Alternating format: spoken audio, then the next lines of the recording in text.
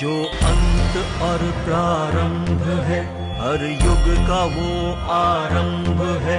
ब्रह्मांड जिसने है रचा, संसार जिसमें है बसा, ये कथा देवकी नंद की।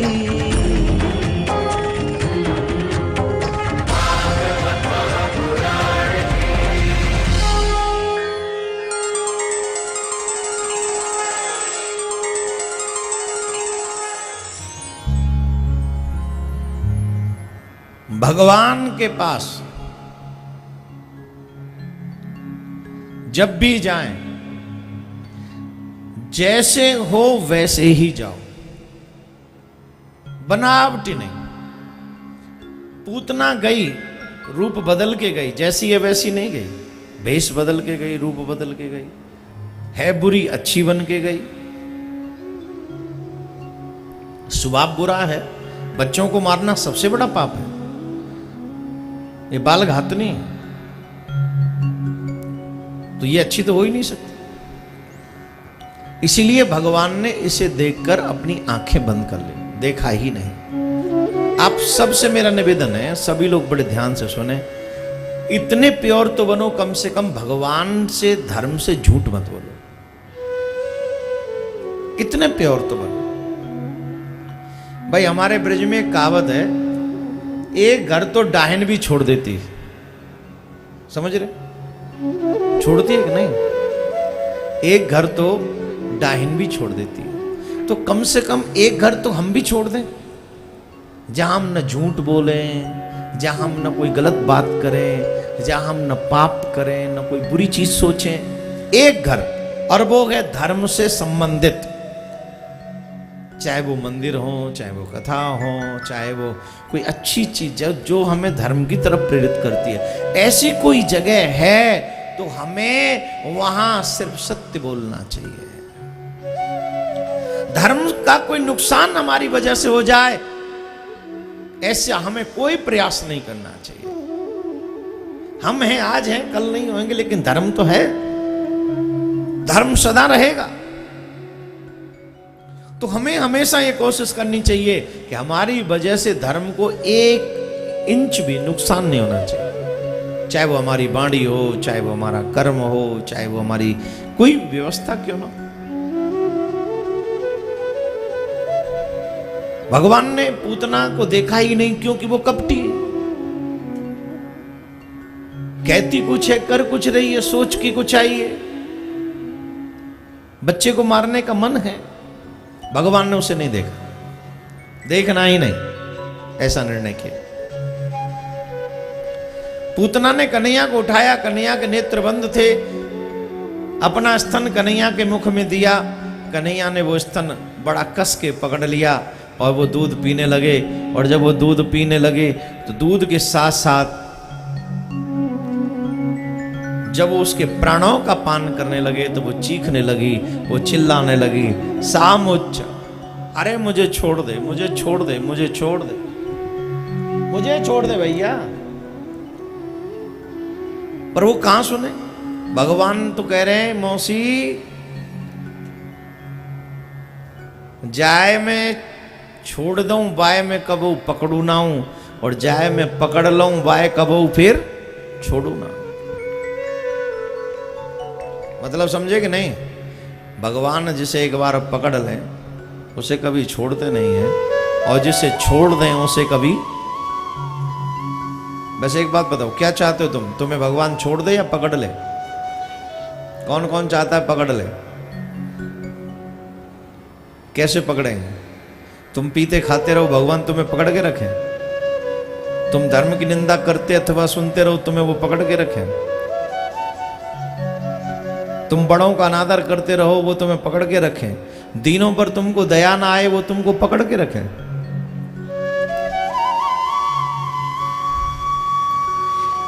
भगवान हमें पकड़े, उसके लिए बहुत सरल सा कार्य है। बड़ों का आदर करें, धर्म का आदर करें और दीनों पर दया करें। अगर आप दीनों पर दया करेंगे, बड़ों का आदर करेंगे, धर्म का सम्मान करेंगे, यही छोटे छोटे कारण आपको भगवान को पकड़ाने का जो है एक माध्यम बन जाएंगे। भगवान आपको पकड़ लेंगे। भगवान ने पूतना का कल्याण कर दिया।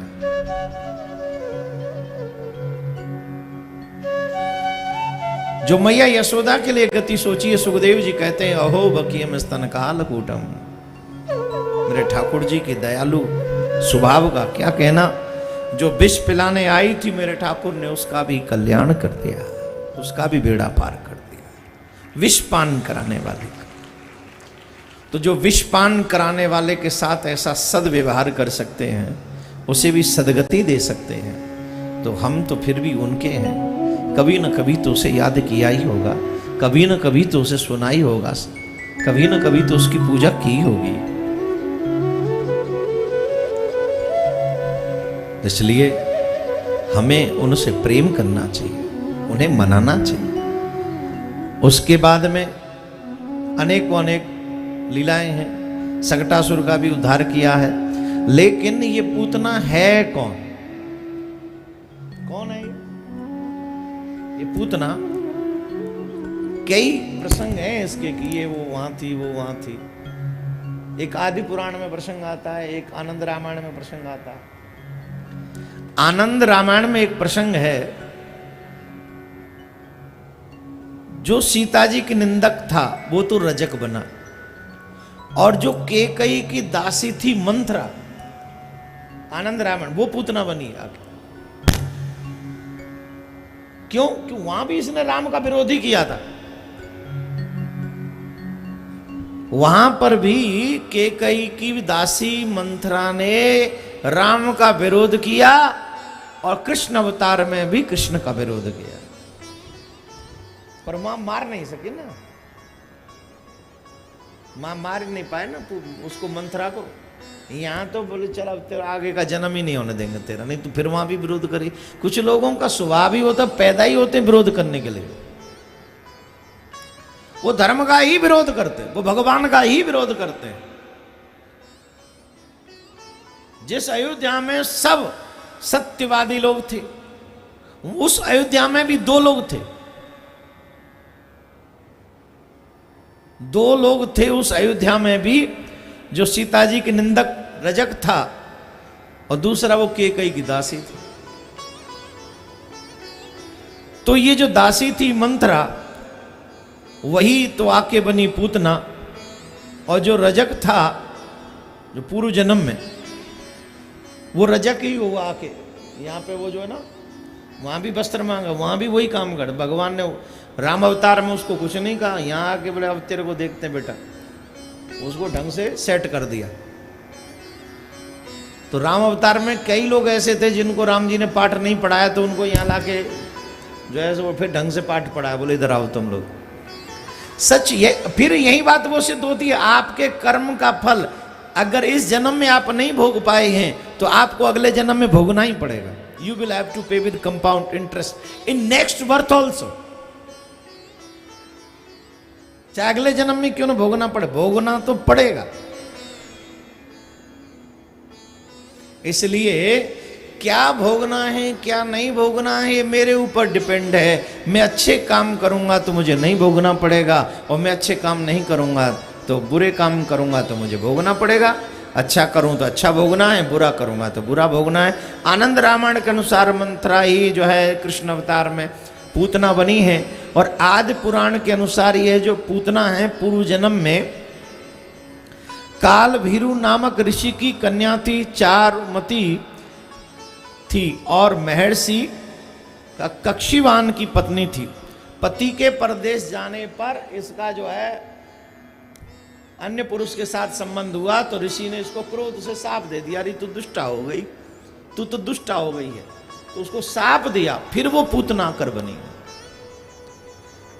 ऐसा हो जाता है, इसीलिए कहते हैं character is gone everything is gone, English में कहावत है। और आजकल तो कोई करेक्टर की बात ही नहीं करता, आजकल तो सब पैसे की बात करते हैं। I need money, I give you money, this money, this, I have a lot of money.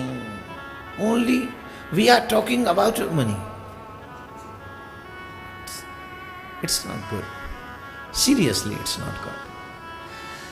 पैसे से भी पहले आपका कर्म आता है, आपका चरित्र आता है। अगर आपका चरित्र सुंदर है तो आप निर्धन होने के बावजूद भी धनवान हैं। निर्धन होने के बाद भी धनवान हैं, ये समझ लीजिए। तो जो चारुमती थी, पति के परदेश चले जाने पर उसका मन विचलित हुआ, अन्य पुरुष से उसका संबंध हुआ। ये आदि पुराण की बात बता रहे हैं हम आपको। इस वजह से उसको पूतना बनना पड़ा। धर्म के विरुद्ध जो जो लोग गए हैं उनका कल्याण नहीं हुआ है, याद रखें इस बात। बड़े अच्छे ढंग से समझ लें, जो व्यक्ति धर्म के विरुद्ध कर्म करता है, वाणी का प्रयोग करता है, धर्म के विरुद्ध आचरण करता है, शास्त्र में लिखा है धर्मो रक्षति रक्षितः धर्मो हतो हतो हन्ति। अगर आप धर्म की रक्षा करने जाएंगे तो धर्म हमेशा आपकी रक्षा करता रहेगा, और अगर आप धर्म को नुकसान पहुंचाने जाएंगे तो ये धर्म आपका भी नुकसान करेगा, इवन मिटा। अच्छा एक बात बताओ, रावण, कंस, हिरण्यकश्यप, इन्होंने धर्म की रक्षा की कि धर्म का नुकसान किया? जोर से बोलिए, जोर से। आज उनका क्या हुआ? क्या हुआ? वो कुछ संभाल के रख सके अपना? जड़ मूलेन निमट गए, जड़ मूलेन निपट गए। और रावण की तो ये दुर्दशा हो गई। रावण के लिए तो मंदोदरी ने, उसकी वाइफ ने, रावण की वाइफ ने बहुत विचित्र बात हम सबको समझाने के लिए शायद कही होगी। 1,00,000 पुत्र 1,15,00,000 नाती, शिव विरंच पूजे बहु भांति। 1,00,000 पुत्र, आपके 1,00,000 पुत्र थे महाराज, और 1,15,00,000 नाती थे। लेकिन जब आज आप समाप्त हो गए, सोई पड़े हो अनाथ की नाही। आज आप अनाथों की तरह पृथ्वी पे पड़े हो, आपको कोई उठाने वाला नहीं है, आपका कोई अंतिम संस्कार करने वाला नहीं है। जानते हो क्यों? रहा न को कुल रोबनिहारा, राम विमुख असहाल तुम्हारा। आपके कुल में एक भी बेटा, एक भी नाती नहीं बचा जो आपके लिए 2 आंसू बहा दे। क्यों नहीं बचा? बोले राम विमुख असहाल तुम्हारा। तुमने राम से शत्रुता ली, इसलिए तुम्हारा यह बुरा हाल हो गया। धर्मो हतो हतो हन्ति। धर्म की हत्या अगर आप करने जाएंगे तो धर्म आपकी हत्या कर डालेगा, कहीं का नहीं छोड़ेगा। आप सब जो कथा यहां पर सुन रहे हैं, पहली बात तो किसी का भी बुरा मत करो, जीवन का उद्देश्य बनाओ। हम किसी का बुरा करेंगे तो हमारा भी बुरा होगा। दूसरी बात अहम यह है, हमसे किसी का बुरा हो भी जाए पर धर्म का बुरा कभी नहीं करेंगे, क्योंकि कहीं बुरा हो गया तो धर्म में आएंगे तो वो बुरा का भी फल शायद भगवान कम दे दे। लेकिन धर्म का ही बुरा कर बैठे तो कहां जाएंगे फिर कोई ऑप्शन है क्या कहीं? इसलिए वचनबद्ध हो जाइए, अपने आप से संकल्प कर लीजिए कि जब तक ये जीवन रहेगा हम कभी धर्म का नुकसान नहीं करेंगे, धर्म से कभी झूठ नहीं बोलेंगे, दुर्व्यवहार नहीं करेंगे। अदरवाइज रावण सरी के चले गए तो तुम कौन से खेत की? हम लोगों की कोई औकात है क्या? तो चरित्र पर ध्यान दें। सकटासुर का उद्धार किया है, तृणावर्त का उद्धार किया है। कहते हैं महाराज, ये सकटासुर हिरण्याक्ष का पुत्र उत्कच नाम का था। उसने महर्षि लोमस मुनि के आश्रम में आकर वहां के वृक्षों को चूर्ण कर डाला था। विशाल काय महाबली उस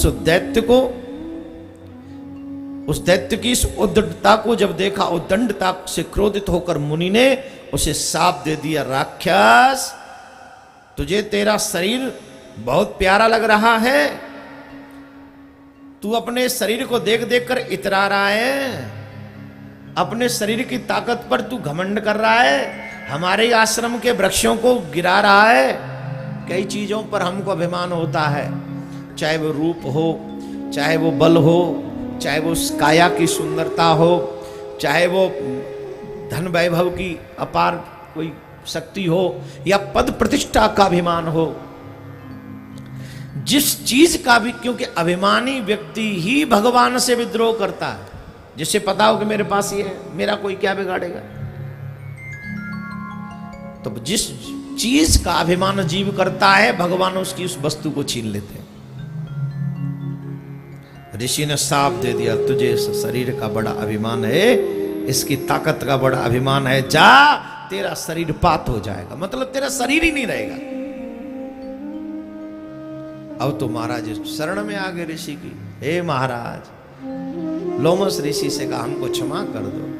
बोले ठीक है, द्वापर युग के अंत में जब भगवान का अवतार होगा तब तुम्हारा कल्याण होगा, भगवान तुम्हारा उद्धार करेंगे, कृष्ण अवतार होगा उसमें तुम्हारा कल्याण हो जाएगा। बोलो राधे राधे। जोर से बोलना पड़ेगा, और जोर से, और जोर से। तृणावर्त, इसका भी पूर्व जन्म का वर्णन है भागवत में। तृणावर्त पांड्य देश का प्रभावशाली राजा शस्त्राक्ष था। एक समय वह मंदगादन पर्वत पर स्त्रियों के साथ विहार कर रहा था। देवयोग से वहां पर महाक्रोधी दुर्वासा ऋषि जी आ गए। दुर्वासा ऋषि जी, आपने पुराणों की कथाएं सुनी है? पहले सुनी है कि नहीं? कितने सांपों की कहानी सुनी है आपने? 90% सांप अकेले ऋषि ने दिए होंगे, दुर्वासा ऋषि। भयंकर सांप देते हैं और छोटी छोटी बात पे सांप देते हैं।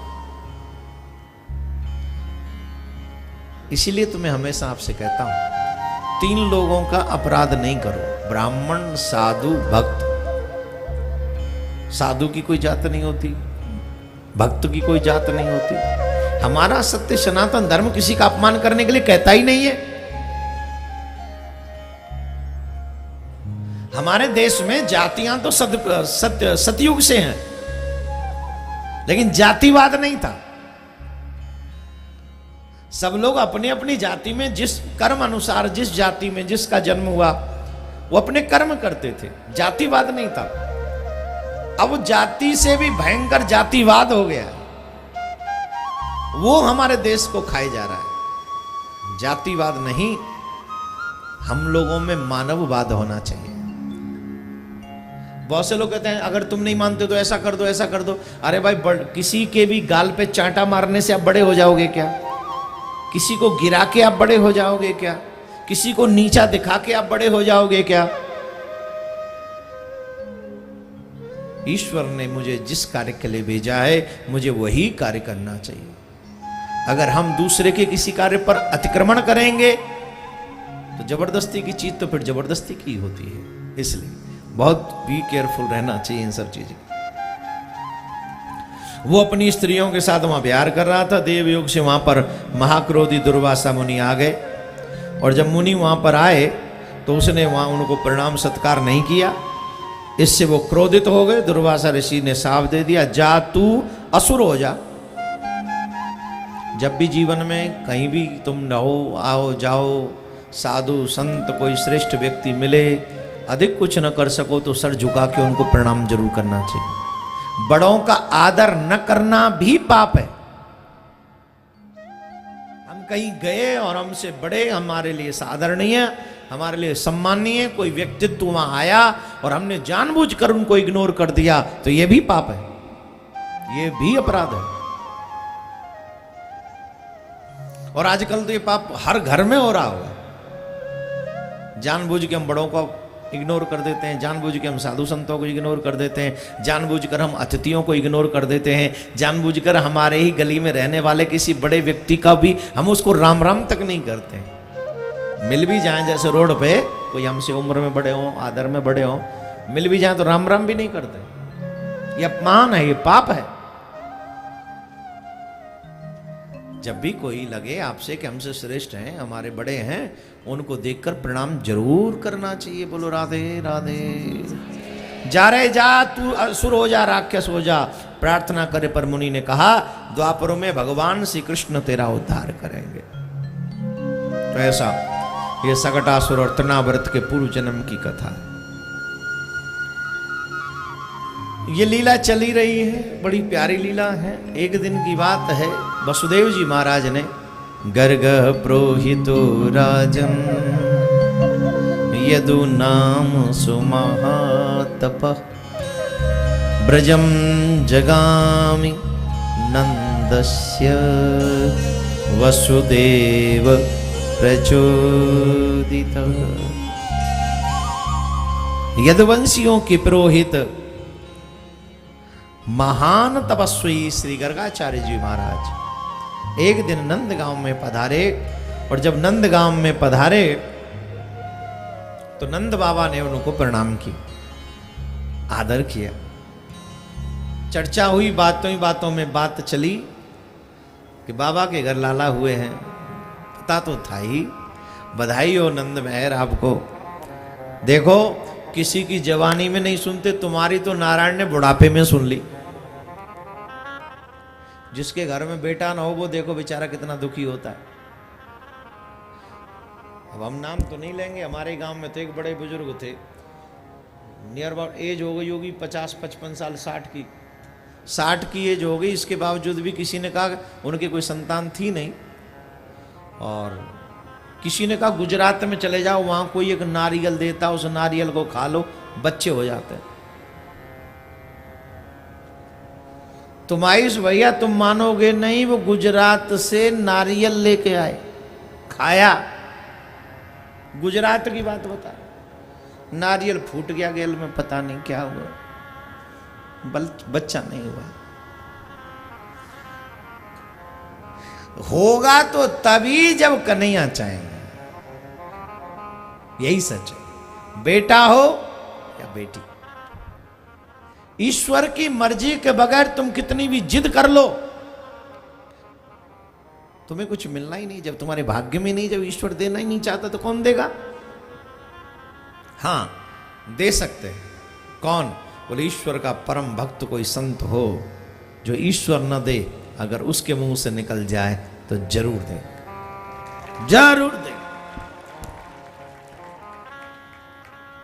एक कथा याद आ रही है, कह दूं? बहुत अच्छी है पर सुनाऊं। एक सेठ जी थे, बड़े धनवान थे और धर्मवान भी थे। धनवान होने के बाद अगर कोई व्यक्ति धनवान हो, धनवान के बाद धर्मवान हो, तो समझना पूर्व जन्म का कोई तपस्वी व्यक्ति है जो धन लेके आया है पर धर्म भी साथ लाया। बहुत बड़ा कोई आई सब में तपस्वी है। अदरवाइज ये जो धन जब आता है ना व्यक्ति के घर में, बताऊं जब धन आता है तो कुछ चीजें ले आता है, वो चीज बताऊं कि नहीं है? यहां कौन कौन धनवान बैठे हाथ उठाओ। अरे ज्यादा धनवान नहीं है ये तो मुझे भी पता है, पर फिर भी जिसके घर में 1 लाख 2 लाख 10 लाख आराम से रखा पड़ा हो और जो है थोड़ी व्यवस्था अच्छी खासी चल रही हो, जीवन व्यतीत करने के लिए हाथ न फैलाना पड़ रहा हो, और क्या नाम है नागपुर में अपना घर हो, चलने के लिए अपनी गाड़ी हो, सुनने के लिए अपना फोन हो, पहनने के लिए अपने कपड़े हो, 2-4 लोगों से राम राम करने का हर व्यवहार अच्छा हो, वही धनवान है। कौन कौन है ऐसा धनवान यहां? अच्छा आगे कोई धनवान है ही नहीं,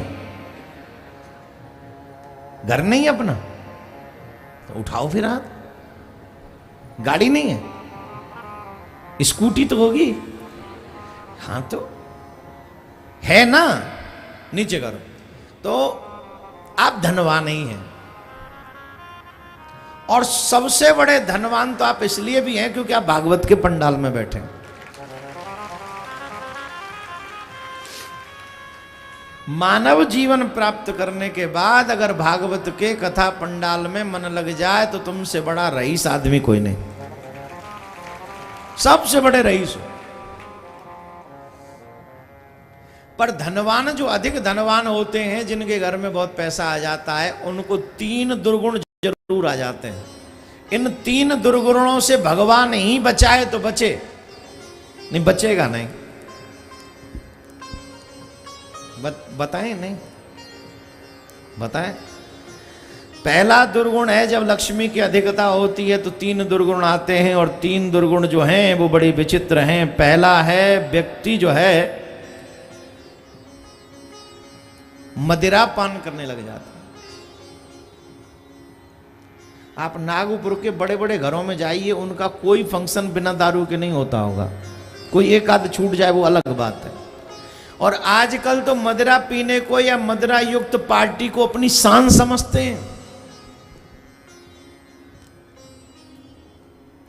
और अब तो गजब ही हद हो गई है, अब तो पार्टियों में स्वागत करने वालियां विदेश से बुलाई जाती हैं। गलत कह रहा हूं तो मुझे रोक देना, मैं नहीं रुक जाऊंगा। बोलो माता जी, मैं सही कह रहा हूं गलत कह रहा हूं? मदिरा सबसे पहले आएगी धनवानों के यहां, और अपनी शान समझते हैं, इसको अच्छी बात समझते हैं। जुआ खेलने की आदत आ जाएगी। पुरुष है तो तमाम स्त्रियों से बात करने के लिए वो फ्री हो जाएगा, और स्त्री हैं तो फिर मैं कुछ कहूंगा नहीं, वो मैं नहीं कह सकता। मेरे हृदय में उनके लिए सम्मान है। ये 3 दुर्गुण जीव को धन आने के बाद में पकड़ लेते हैं। जुआ खेलना, मदिरा पीना, उल्टा सीधा आहार करना, अंडा मीट इत्यादि खाना। जो धर्म में निषेध है उसी को जीवन में अपना कर वो अपने आप को सिद्ध करना चाहते हैं। वो मूर्ख भूल जाते हैं कि तुम्हारे हिसाब से वेद नहीं चलेगा, बल्कि वेद के हिसाब से तुमको चलना पड़ेगा, क्योंकि वेद आदि अनंत है, तेरा तो अंत है। तू कितने साल रहेगा? 15, 20 साल, 50 साल, 100 साल, इससे ज्यादा तू रहने वाला नहीं है। हाँ, पापी व्यक्ति का मन धर्म में नहीं लगता, इसीलिए वो अधर्म के रास्ते पर चला जाता है। वो शरीर को अजर अमर मानने लगता है, जीवों की हत्या करने लगता है, अंडा मीट आदि करने लगता है, घृणा करने लगता है। भोजन करता है तो अंडा मीट का, दूसरों की पीड़ा नहीं समझता है, और वो नित्य निरंतर पाप कर्म में ही उसकी प्रवृत्ति बनी रहती है। जिसके पास अधिक धन हो उसकी बात बता रहा हूं मैं, राधे राधे बोलना पड़े। अब इतने धीरे बोलेंगे तो फिर हम। अच्छा, हमारी बात से कौन कौन सहमत है कि हाँ साहब ये होता है? क्या बात है, सोफे वाले सहमत नहीं? नहीं? माताओं की किट्टी पार्टी में गए हो कभी? अच्छा बताओ, मिडिल क्लास की बहन बेटियां किट्टी पार्टी करती हैं क्या? उन्हें खाने कमाने से फुर्सत नहीं, वो किट्टी पार्टी में जाएंगी? जिनकी लंबी लंबी गाड़ियां हैं, नौकर चाकर काम कर रहे हैं, पति 2 नंबर का कमा के ला रहे हैं, वो किट्टी पार्टी में, 5 स्टार होटल में किट्टी पार्टी। जो यहां बैठी मैं उनसे नहीं कह रहा हूं, आप सब तो देवी हो, भगवान बहुत कृपा आपके ऊपर। जो यहां नहीं आई है वो ऐसी 5 स्टार होटल में किट्टी पार्टियां, और वहां क्या होता है?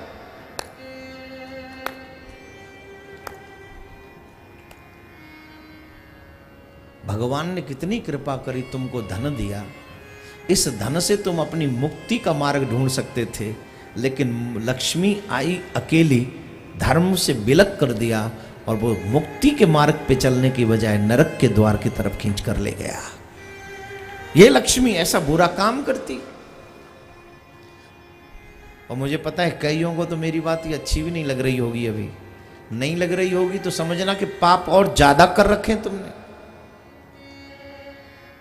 तो सेठ जी थे, बड़े धनवान थे, पर बड़े धर्म संपन्न थे, बड़ा धर्म करते थे, हर साधु संत की बड़ी सेवा किया करते थे। एक समस्या थी, उनके घर में कोई पुत्र नहीं था, कोई पुत्र नहीं था, पुत्र नहीं था। ले भैया इतना हो गया, बहुत है, ठीक है ना। हमको आदत नहीं, वो वजन से रखा पूरा, वो हमको लगा बाजी राव न बना दे हमको। राधे राधे बोलना पड़ा है। उन लोगों का धन्यवाद है जो अपने समाज का सम्मान किसी सम्माननीय आदरणीय व्यक्ति को देते हैं। अगर कोई ऐसा सम्मान भी करे तो उनका आदर करना, और किसी का आदर हो सके। मैंने महाराष्ट्र का आदर किया, इसलिए इतनी देर पहन के रखी। थोड़ी छोटी आ गई 1 इंच, वो चुभ रही थी, फिर भी मैंने इस पहन के रखी 5:30 बजे तक। देखो मैं कितना आदर कर रहा हूं आपकी संस्कृति का। अब आप भी आदर करो मेरे शब्दों का, थोड़े से अच्छे बन जाओ। मदिरा छोड़ दो, उल्टी सीधी चीज़ें छोड़ दो, झूठ बोलना छोड़ दो, किसी का बुरा करना छोड़ दो, अपने लिए भजन करो, परोपकार करो। और जब भी ये जीवन मिला है तो ऐसी कोशिश करो जिससे ठाकुर से मिल सके। तो महाराज सेठ जी पे कोई पुत्र नहीं था। एक बार देवर्षि नारद सेठ जी से मिले। देवर्षि नारद जी की सेवा करी। नारद जी बोले बताओ क्या चाहिए। बोले महाराज वैसे तो भगवान का दिया सब कुछ है, एक बेटा दे दो, एक बेटा दे दो। नारद जी बोले देखो भाई ये बेटा बेटा वाली बात हम ऐसे नहीं कह सकते, हम भगवान से पूछ के आएंगे। बोले भगवान से पूछा। नारायण से पूछा। महाराज एक सेठ जी हैं, बड़े धर्मात्मा हैं, बड़ी संतों की सेवा करते हैं, पुत्र चाहते हैं। भगवान ने फलाने काम। बोले हाँ। बोले नहीं नहीं अभी उसके भाग्य में पुत्र नहीं, एक्स्ट्रा मत कह देना कुछ भी, ठीक। नारद जी के वापस आए। नारद जी ने कहा बेटा बेटे बेटे की क्यों चिंता है, भजन करो। समझा के चले गए। नारद भगवान पूछा क्या हुआ। बोले भगवान ने कहा पुत्र पुत्र की मोह मत पड़ो, तुम्हारे भाग्य में नहीं अभी, ठीक है। आफ्टर सम डेज एक मस्त मलंग फकीर आए उसी गांव में। और बाबा बोले 1 रोटी दो 1 बेटा लो। बड़े गजब का प्रचार। 1 रोटी दो और 1 बेटा। सेठ जी ने सुना। सेठ जी भागे भागे आए। बोले महाराज क्या कह रहे हैं। बोले 1 रोटी दो और 1 बेटा लो। और महाराज 4 दें तो। बोले 4 होंगे। 4 देंगे तो 4 ही होंगे। महाराज को बैठाला बढ़िया। अब आजकल की जैसी नहीं बनती थी पहले रोटी। पहले तो रोटी बनती थी चूल्हे पे, मिट्टी के चूल्हे पे। वो माताएं हाथ की बड़ी मोटी मोटी रोटी बनाती थी। आजकल तो वो गैस की रोटी इतनी पतली पतली बन जाती हैं, पतली पतली पुइयाँ फुलकिया उड़द की दाल मसाले की हैं, बड़ी हल्की हल्की होती हैं। आजकल हल्की हल्की होती। पहले मोटी मोटी। 4 खाई बाबा का पेट भरा। बोले 4 बेटा होंगे। 4 बेटा होंगे महाराज। एक जन बाबा कह रहे थे कि आपके 1 भी नहीं। अरे बाबा का हमको नहीं पता, तुम्हारे 4 होंगे। कह के गए तुम्हारे 4 बेटा होंगे। और बाबा चले गए। और वाह मेरे ठाकुर की लीला जब निराली। आफ्टर सम टाइम्स उनके घर में 4 ही बेटा हुए।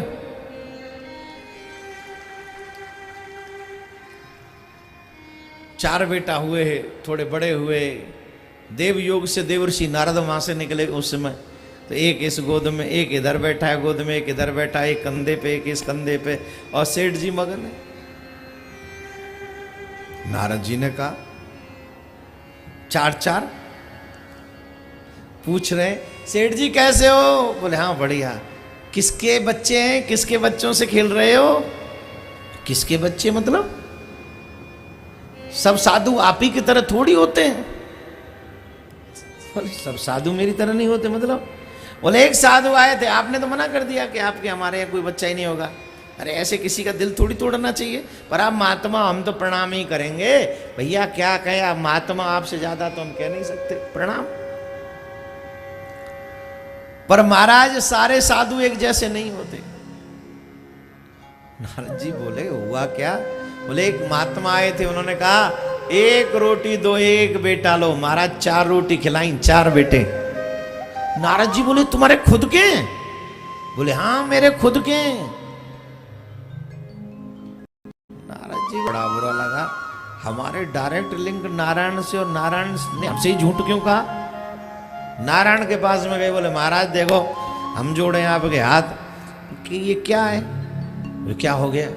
बोले महाराज जब उसको बेटे देने ही थे तो हमसे क्यों झूठ बुलवाया, हमसे आपने झूठ बुलवाया और उसको 4-4 बेटे दे दिए। बोले हम बाद में बताएंगे, एक काम करो अभी हमारे पेट में थोड़ा सा दर्द हो रहा है, हमें कोई दवाई चाहिए। बोले कैसे, इलाज क्या होगा महाराज। बोले कोई बहुत परम भक्त ऐसा हो जो अपना दिल का टुकड़ा हमें काट के दे, निकाल के दे अपना दिल, और उसके दिल को जब हम स्वीकार करेंगे हमें मिल जाएगा तो हमारा ये दर्द ठीक होगा पेट का। अब नारद जी बोले महाराज रुको मैं अभी जाता हूं, पूरी दुनिया में घूम के आ गए, अपना दिल कौन दे देगा, तुम दोगे, तुम में से दोगे कोई। वही महात्मा मिल गए। महात्मा बड़े मस्त मलंग थे, वृक्ष के नीचे बैठे हुए थे। नारद जी ने पूछा तुम भगवान की भक्ति कर रहे हो। बोले हाँ जी। बोले कैसे हम मान ले तुम भक्त हो। बोले क्यों नहीं मानोगे। बोले अगर भक्त हो तो हमें एक बात बताएं तुमको, क्या भगवान के पेट में दर्द हो रहा है और उनको किसी परम भक्त का दिल चाहिए, और अगर कोई दिल दे देगा तो भगवान का दर्द ठीक हो जाएगा। बोले बस इतनी सी बात है। बोले हाँ। चाकू उठाया और अपने ऊपर वार किया, दिल निकाल के नारद जी को दे दिया, ये लेके जाओ, मेरे गोविंद को ठीक रखो, नारायण को ठीक रखो। नारद जी उस दिल को लेके गए, लो महाराज मैं दिल ले आया। बोले किस साधु का लाए हो। बोले वो महाराज एक संत थे, बड़े मस्त मलंग फकीर थे और वृक्ष के नीचे बैठे, जब उन्होंने सुना तो 1 सेकंड में उन्होंने अपना दिल निकाल के दे दिया। पर महाराज अभी भी हमारी बात तो पूरी नहीं हुई। क्या। बोले आपने हमारी बात काटी और उन महात्मा को कहने से चाट दे दिया, ऐसा क्यों। देवर्षि नारद मैंने तुमसे वो कहा जो उस सेठ के भाग्य में था।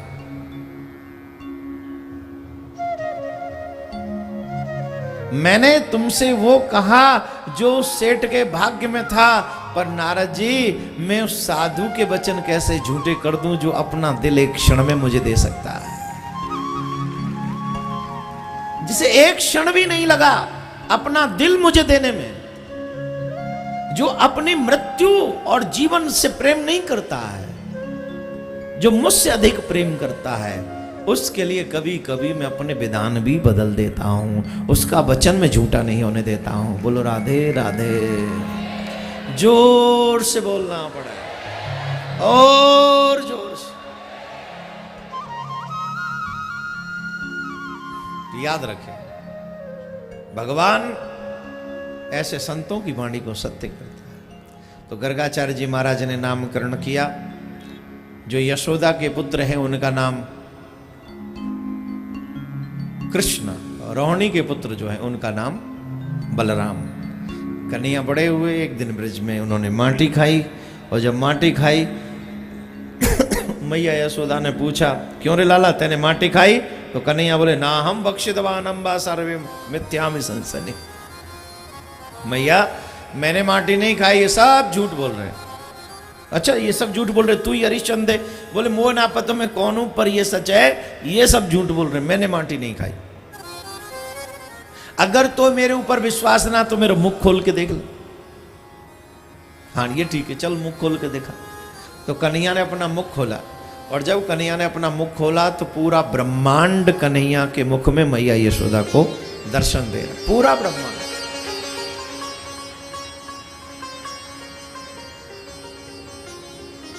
भगवान श्री कृष्ण ने चाहे पूतना को मारकर, चाहे माटी खाकर पूरे ब्रह्मांड का दर्शन करा के हम सबको बताया कि मैं कौन हूं, मुझे पहचान लो।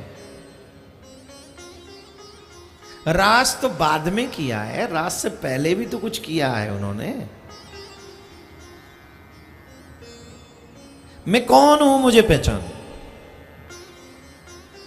अपने मुख में पूरा ब्रह्मांड दिखाया। योग माया से कहा जो मैया ने देखा सब भुला देना। भूल गई मैया, भ्रम में पड़ गई। कन्हैया लिपट गए मैया से, मैया मैया भूख लग रही, माखन दे दे। अब मैया को माखन और भूख याद रही, अभी मुख में कहा दे को कछु याद नहीं रहे। बोलो राधे राधे। जोर से बोलना पड़ेगा। एक बहुत प्यारी सी कथा है, जरा ध्यान से सुने। एक दिन मैया, अब कन्हैया की शिकायत तो आने लगी गई। कन्हैया ने मटकी फोड़ दई, मेरी बैया झटक दई, मेरी चूरी मरोड़ दई, और मेरे घर में घुस गयो, चोरी कर लायो तेरो लाला। ऐसी ऐसी शिकायत मैया के पास आ रही है। तो एक दिन मैया को बड़ी रिस आई और मैया ने हाथ में उठाई छड़ी और मैया भागी कन्हैया के पीछे पीछे। और जब मैया कन्हैया के पीछे पीछे भागी, कन्हैया सोचने लगे आज तो मैया को बड़ो गुस्सा आ रहे हो, आज तो मैया बहुत ढंग से सेवा करेगी। तो कन्हैया आगे आगे भागे, तो कन्हैया तो बालक के जोड़ते भाग गए। मैया ने, समझ गए, हष्ट पुष्ट ही। अब हष्ट पुष्ट मैया हो और ने का उम्र हो, फिर ऐसे भागे जाए, फिर तो हाथ में छड़ी लेके रास्ता है पीटती वही, जहाँ रुक जा मैं आ रही हूँ, रुक जा मैं आ रही हूँ, रुक जा मैं आ रही हूँ। वो का रुके, भागे कन्हैया आगे। और जब कन्हैया आगे गए तो वहाँ मिट्टी के बर्तन बनाए वालों एक कुम्हार भैया मिट्टी के बर्तन बना रहे हो। और बाने जब वो बर्तन बना रहे हो तो कन्हैया ने कही, अरे भैया का तो हमारी सहायता करोगे? बोले बताओ महाराज कहाँ सहायता करें? बोले देखो मेरे पीछे पीछे मैया आ रही है, तुम वो कहूँ छिपा लो, और छुपा लो, मैया आ जाए तो बताइयो मत। बोले बिल्कुल न बताऊंगा महाराज। एक बहुत बड़ो सो मटका, और बड़े से मटका में कन्हैया को छिपा दियो। मैया दौड़ी दौड़ी आई और मैया ने वाई ते पूछी, चोरे लाला तेने मेरो कन्हैया देखियो है का? मेरो कन्हैया आयो का इतको? कन्हैया मटका में ते सुनने जी काके गो, बहुत आसान है, पकड़वा देगो हवाल। और मैया ने पकड़ ली तो मार पड़ेगी बहुत जोर से। हाथ में मैया के में छड़ी है। मट्टी के बर्तन बनाए वाले वा भैया ने कही, मैया यहां ना आयो तुम्हारा लाला, हमन ना देखे तुम्हारे लाला, यहां ना आए। जब यूं कही तो मैया आगे चली गई। मैया आगे चली गई और वो जो काश्तकार हो बेचारो भैया, वो माटी के बर्तन बना तो ही रहो। अब कन्हैया ने देखियो कि मैया चली गई और ये मटका उठाई ना रहो, तो मैया कन्हैया ने कही, ओ भैया, हौले हौले धीरे धीरे, भैया, ओ भैया। बोले हाँ जी। मैया गई कि नहीं गई? बोले गई जी। मैया गई? बोले मैया गई तो मटका उठा दो, मैं वो निकल जान दो, मैं निकल आऊं यहां में ते। बोले का करोगे निकल के नहीं रहे हो या मटका में? अरे भैया निकाल दो। बोले एक शर्त पे निकालेंगे। बोले काय शर्त पे? बोले हमें जी पता है कि आप साधारण नहीं हो,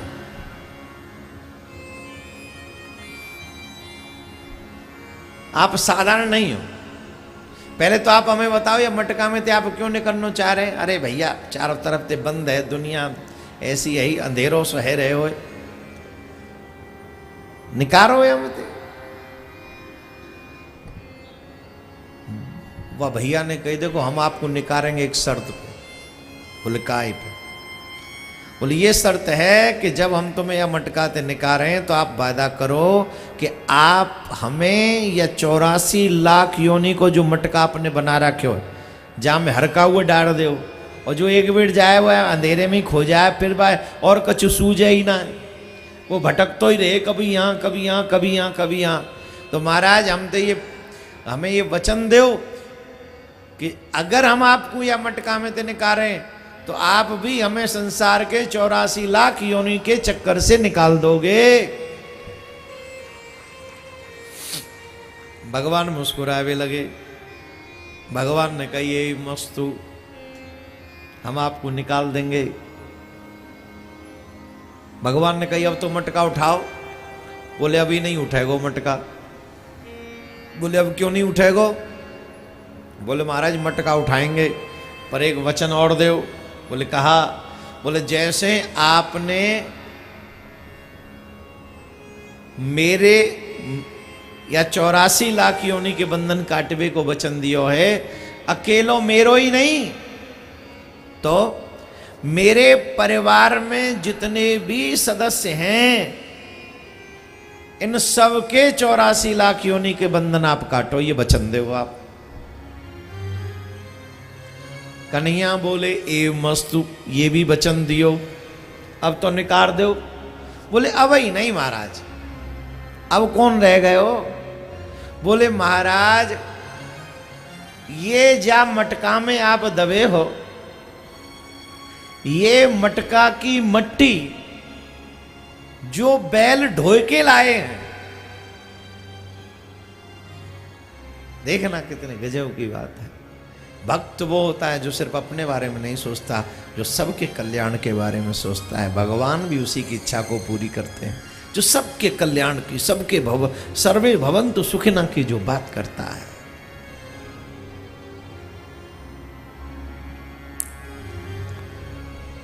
प्यारे बोले महाराज या मटका में जामे आप दबे हो, वह मटका को जो ढोए के लाए बैल, उनको भी 84 लाख योनिनते आप मुक्त करोगे, ये वचन दो।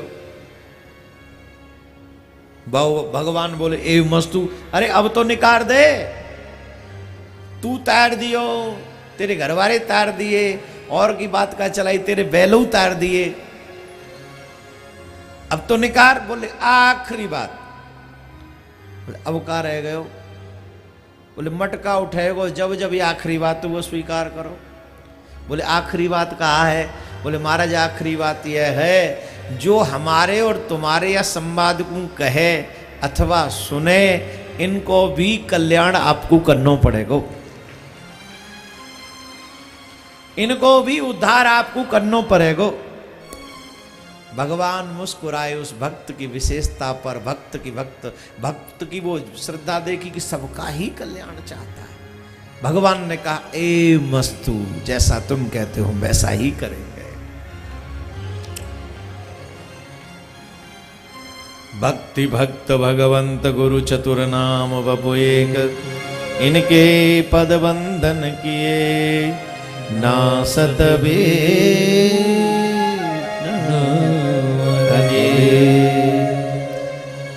भगवान को तब उन्होंने मटके से बाहर निकाला। भगवान मुस्कुराते हुए उसका कल्याण, उसको हृदय से लगा लिया। तुम परोपकारी हो, तुम परमार्थी हो, तुम सबके बारे में, सबका हित करने वाले। देखो स्वार्थी व्यक्ति का कोई सम्मान नहीं है। हमें और आपको न शांति है न सम्मान है। क्यों नहीं? क्योंकि हम सेल्फिश हैं। हम जब भी सोचते हैं अपने बारे में सोचते हैं। इतिहास गवाह है, जिन्होंने परमार्थ के बारे में सोचा है, जिन्होंने दूसरों के लिए सोचा है, मेरे ठाकुर उनके यहां दौड़े दौड़े चले आते हैं, दौड़े दौड़े चले आते हैं। रामायण कहती है, परहित बस जिनके मन माही, तिन कहूं जग कछु दुर्लभ नाही। जो दूसरों का हित करने का सिद्धांत जिनके मन में है, उनके लिए दुनिया में कुछ भी दुर्लभ नहीं। मैंने तो देखा है बड़े बड़े लोगों को, अपने यहाँ होली दीपावली पे अपने यहाँ काम करने वाले को 1 किलो मिठाई भी देते हैं तो ऐसे दिखाते हैं, फोटो खिंचवाते हैं, उसे फेसबुक पे अपलोड करते हैं। खूब खिलाना अपने बच्चों को, खूब खिलाना।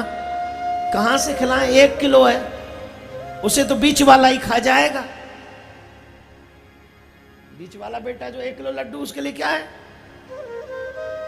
1 किलो मिठाई का डिब्बा इसलिए देते कि फोटो खिंचवा के फेसबुक पे डाल दें, दुनिया को बताएं हम कितने परमार्थी हैं। मैं ये कह रहा हूं आधी किलो ही दो, लेकिन उस गरीब का मजाक मत करो। कुछ काम ऐसे करना चाहिए जो सिर्फ तुम जानो या तुम्हारा भगवान जाने। तुम जानो या तुम्हारा भगवान।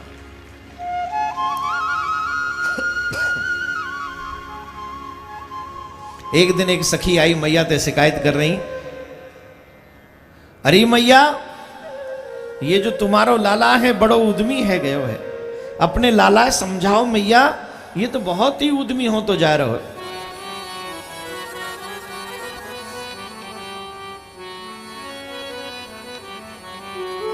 श्याम समझाए ले मैया, है नटखट तेरो कन्हैया। श्याम समझाए ले मैया, नटखट तेरो कन्हैया। श्याम समझाए रे मैया हे नटखट तेरो कन्हैया। श्याम समझाए रे मैया हे नटखट तेरो कन्हैया। आज मोय छेड़ गयो री नटकिया फोड़ गयो री। आज मोय छेड़ गयो री मटकिया फोड़ गयो री। श्याम समझाए रे मैया ये नटखट तेरो कन्हैया। श्याम समझाए रे मैया ये नटखट तेरो कन्हैया। आज मोय छेड़ गयो री मटकिया फोड़ गयो री। आज मोय छेड़ गयो री मटकिया फोड़ गयो री। हरि बोल।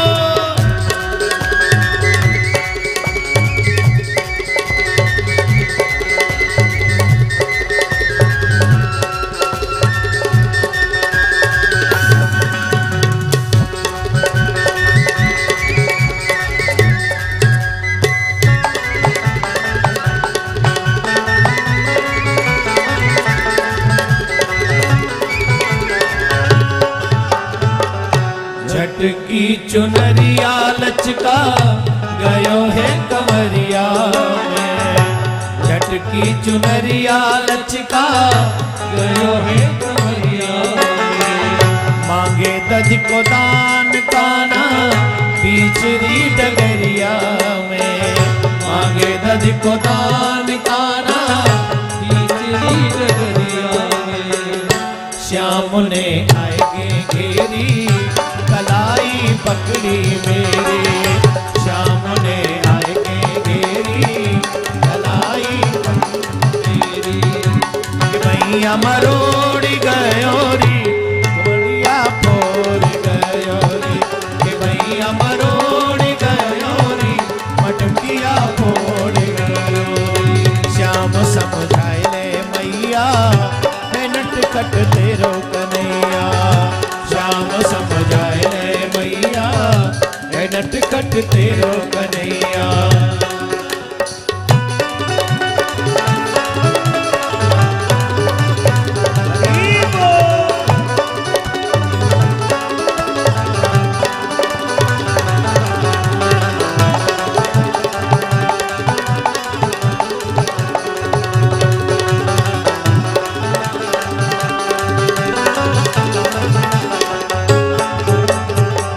चोरी करे घर घर छेला नेक लाज आवेला। चोरी करे घर घर छेला नेक लाज आवेला। सिर पे चढ़ायो तेने नेक समझावे ना। सिर पे चढ़ायो तेरे नेक समझावेला। ओ सिर पे चढ़ायो तेने नेक समझावे ना। सिर पे चढ़ायो तेरे नेक समझावेला। सावरो गिरवरधारी चोर है मदन मुरारी। सावरो गिरवरधारी चोर है मदन मुरारी।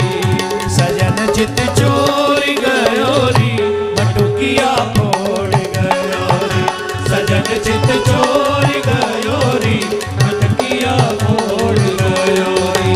श्याम समझाए रे मैया है नटखट तेरो कन्हैया। श्याम समझाए रे मैया है नटखट तेरो कन्हैया। श्री राधे।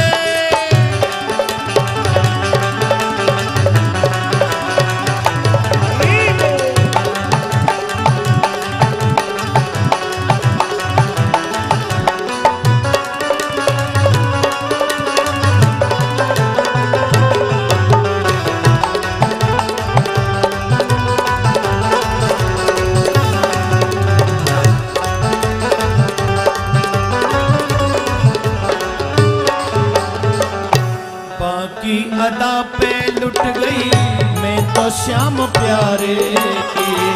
बाकी अदा पे लुट गई मैं तो श्याम प्यारे की। बाकी अदा पे लुट गई तो श्याम प्यारे बाकी अदा पे लुट गई मैं तो श्याम प्यारे की। दिल में बसी सूरतिया तेरे कनुआ तारे दिल में बसी सूरतिया तेरे कनुआ कारे की। रही ना सुध बुध तन की दशा ऐसी भई मन की रही ना सुध बुध तन की दशा ऐसी भई मन की। रही ना सुध बुध तन की दशा ऐसी भई मन की रही ना सुध बुध तन की दशा ऐसी भई मन की। तड़पती छोड़ गयो री मटकिया फोड़ गयो री तड़पती छोड़ गयो री मटकिया फोड़ गयो री। श्याम समझाए मैया नटखट तेरो कन्हैया श्याम समझाए रे मैया नटखट तेरो कन्हैया।